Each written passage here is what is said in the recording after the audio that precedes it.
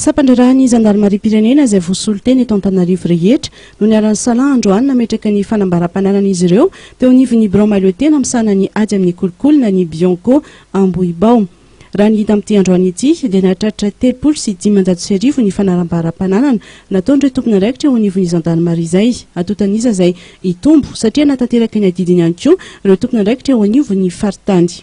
Ny gendarmerie zany dia efa dradradradraina foana hatramin'izay hoe anisan'ny lolarana amin'ny corruption eto Madagasikara zany amin'ny sampandraram-panjakana zany dia nefa atao amin'ny Bianco misy ny gendarmerie maro be misy koa miasa ato dia ohatrany hoe raha ny tokony ho izy zany dia tokony tsy hiteny an'izany ny Bianco nefa zany no zava-misy zavatra misy zany tsy mahamenatra zany fa zao ny rehefa niteny zao dia ohatra misy fistahana kely zany ohatra misy tsy ampy zany le serasera amin'ity zany ao amafisina le serasera zany dia ady amin'ny kolokolo zany tsy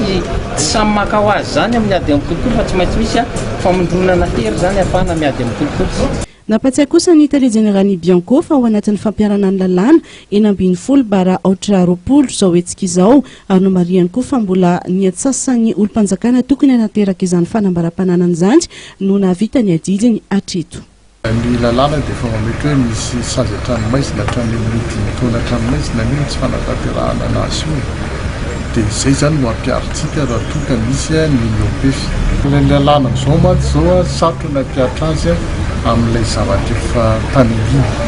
fa ny amin'ny zavatra miseho manomboka ny fotoana namoahana azy zany no ampiarana azy dia izay zany mahasarotra ampiarana ny lalàna io amin'ilay